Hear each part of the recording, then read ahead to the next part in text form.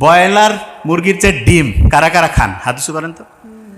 সবাই খায়। আচ্ছা, এবার শুনেন, আমি কিছুদিন আগে ব্রয়লার মুরগি নিয়ে একটা স্পিচ দিয়েছিলাম। কিছু ব্রয়লার মুরগির ব্যবসায়ী বা অন্য কেউ কি আমি জানি না, ওরা এসে আমাকে অফিস থেকে জানাইছে, ওরা এসে করছে হ্যাঁ সারিলা কথা কেন করছে যে আমাদের এটা সরকার খাচ্ছে অমুক তমুক। আচ্ছা, সরকার কী খায় সেটা আপনাকে আমি বলি, তাহলে শুনলে অবাক হবেন। আমেরিকার প্রেসিডেন্টও কিন্তু মুরগি খায়, খুব ভালো করে নোট করেন, খুব ইম্পর্টেন্ট। আমাদের দেশের যারা খুব উঁচু স্তরে তারাও খায়, আমরাও খাই, আপনারা সবাই খান। আমেরিকার প্রেসিডেন্ট, ইউরোপের দেশের যে প্রেসিডেন্টরা, ওরা যে মুরগি খায় ওইটার জন্য আলাদা, মুরগির চলাফেরা ঘোরাঘুরির জন্য আলাদা হচ্ছে ডিপার্টমেন্ট আছে। ওইখানে মুরগিরা দৈনিক এক্সারসাইজ করবে।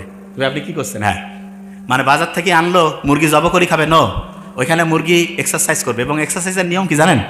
সূর্যের আলোর নিচে তাকে এক্সারসাইজ করাইতে হবে। এবং মুরগির যে ঠ্যাং সেইটা আবার মাটিতে মিশতে হবে। যে ভাই এটা কী বলছেন? ঘাস, মাটি, নেচারের সাথে কানেক্টেড থাকতে হবে। এইরকম করে মুরগি ঘুরতেছে ঘুরতেছে।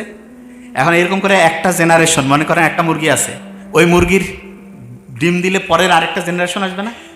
ওই পরের জেনারেশনের যে মুরগি, ওই মুরগির বা তারপরের যে মুরগির বংশধর, সেই মুরগি খাবে। কিছুদিন আগে বোধহয় আপনারা দেখছিলেন না উচ্চ বংশীয় গরু, কিন্তু এটা ভাওতাবাজি। কিন্তু এইটা যেটা বললাম এটা উচ্চ বংশীয় মুরগি, এটা ঠিক আছে। বুঝতেছেন আমার কথা? যে ভাইয়া এটা কি কারণে করে শুনেন। একটা আচ্ছা আমি আপনাকে বলি, একটা মানুষ আছে, এই যে এইটার মধ্যে যদি আমি ভালো পরিষ্কার পানি রাখি, এটা ভালো, জীবন বাঁচাবে। এইটার মধ্যে যদি আমি ব্যাকটেরিয়া, বিভিন্ন ভাইরাস টাইরাস মিলে, কথার কথা, যদি আমি পানিটা ঢুকাই, এটা কি জীবন বাঁচাবে না মারবে? আচ্ছা, আমাদের যে মুরগি আছে, এই মুরগিগুলো কিন্তু হচ্ছে বিভিন্ন খাবার খায়। আমি তো জানি, আমার তো বন্ধুবান্ধব সব জায়গায় আছে, আমি তো ব্যাপারটা জানি।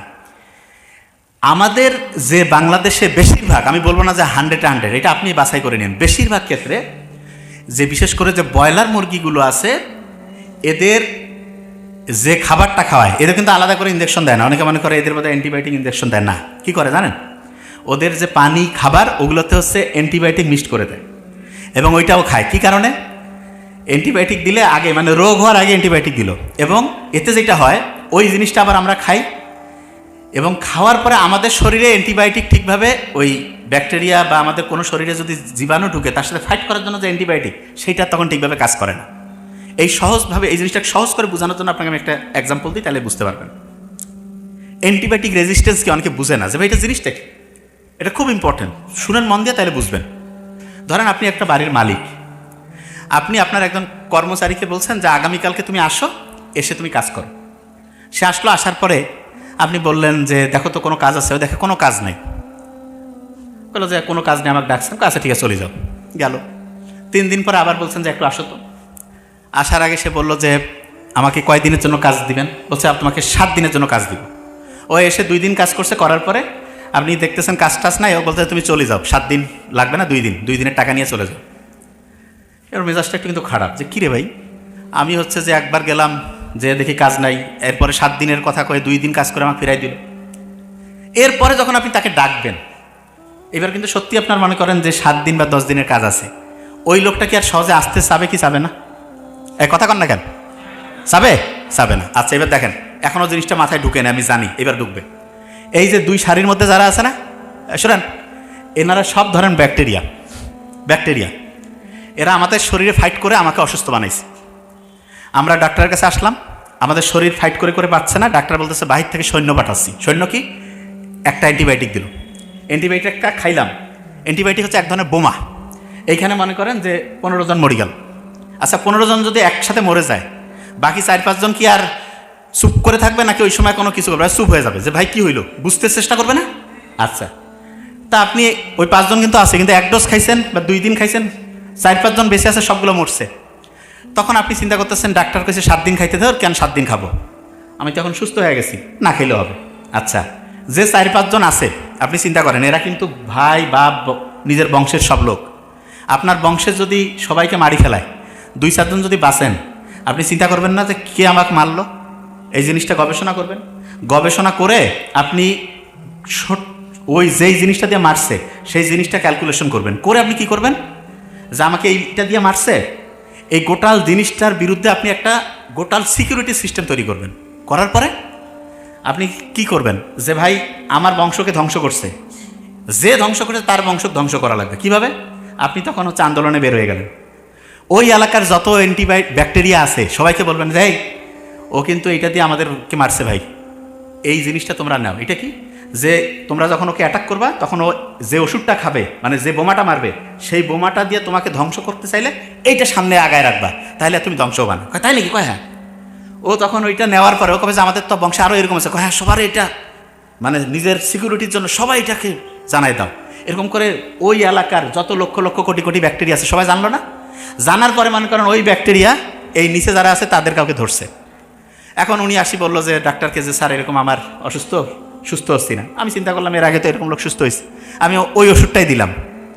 ওরা কিন্তু আগের থেকে রেডি হয়ে আছে, ওষুধ খাইলো এক ডোজ, কাজ হয় না। তারপরে যে সুস্থ হয়েছে তাকে বলছে কি দোস্ত তোমার না এক ডোজে কাজ হয়েছিল? কয় হ্যাঁ।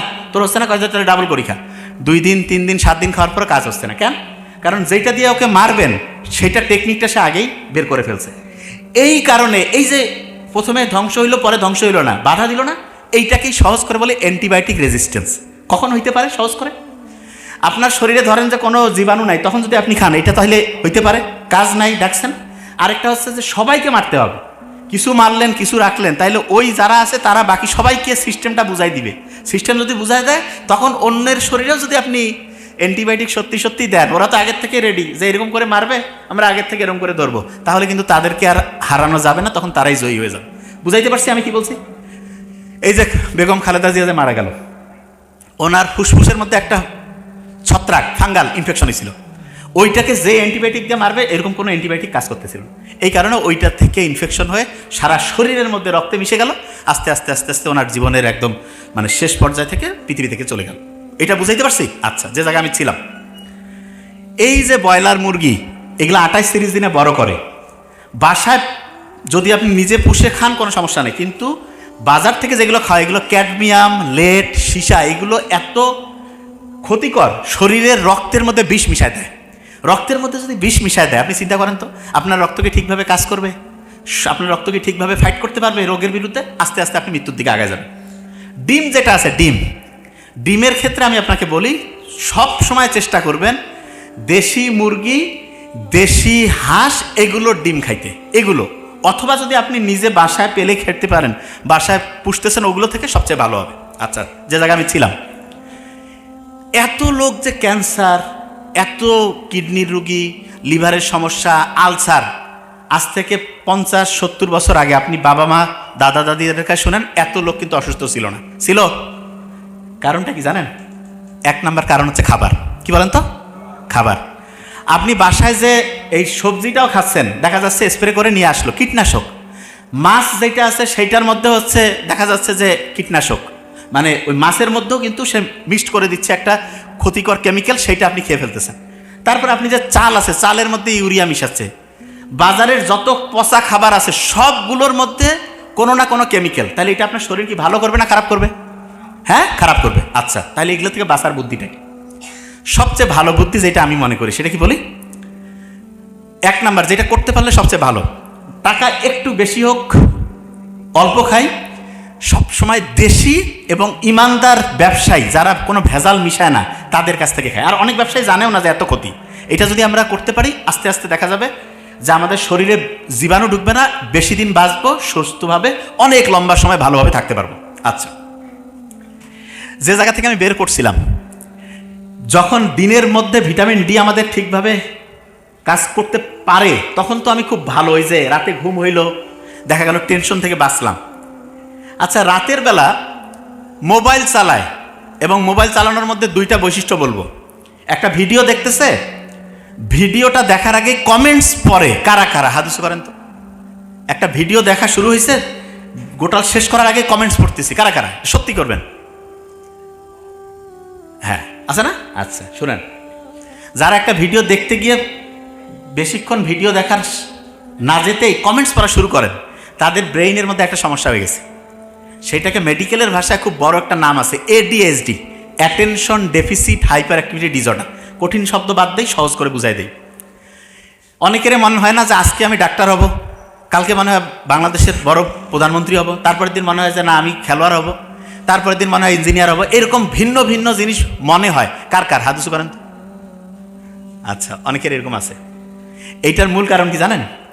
আপনার একটা জায়গায় ফোকাস করার, একটা জায়গায় লক্ষ্য করে কাজ করার যে ক্যাপাসিটি, সেটা নষ্ট হয়ে গেছে। কাজ করার ক্যাপাসিটি নষ্ট হয়ে গেছে।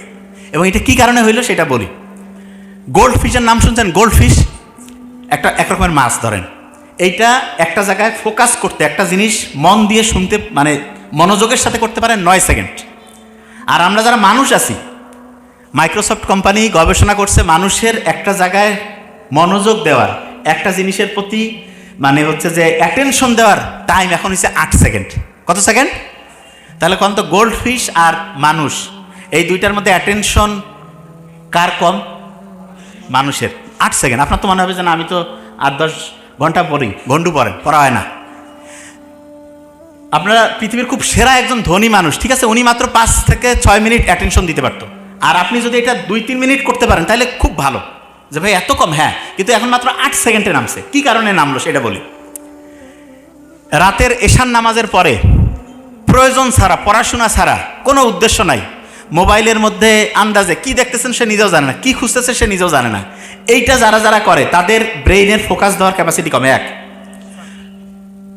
হ্যাঁ, সকালে যারা ঘুম থেকে উঠে, সকালে ঘুম থেকে উঠে দেখা যাচ্ছে যে শুরু করে দিল মোবাইলের মধ্যে, সে হচ্ছে প্রথমে ওয়াশরুম যাক বা দাঁত মাজুক, তার আগে দেখা যাচ্ছে সে শুরু করে দিয়েছে, মোবাইল দেখা শুরু করছে। এই কাজগুলো যাদের মধ্যে থাকে তাদের দেখা যায় অ্যাটেনশনটা কমে যায়। বুদ্ধিটা কি? দিনের সবচাইতে নির্দিষ্ট একটা টাইম বলে দিচ্ছি, ধরেন যে দুপুর 11টা থেকে দুপুর 2টা, এই টাইমে শুধু মোবাইল দেখবেন। কোন টাইম? দুপুর 11টা থেকে দুপুর 2টা। কয়েকটা কথা বলবো, খুব দ্রুত নোট করেন, জাস্ট মাথায় যাতে থাকে। অনেকের ওই যে হাড্ডিতে ব্যথা থাকে না, দেখা যায় যে শরীরে ব্যথা করতে পারে না, যে হচ্ছে যে বলতেছে ভাই ক্যালসিয়ামের অভাব। শোনেন, দেশি পানটা আছে না, পানের সাথে একটু চুন দিয়ে খাবেন, কিন্তু না সুপারি টুপানি, পানের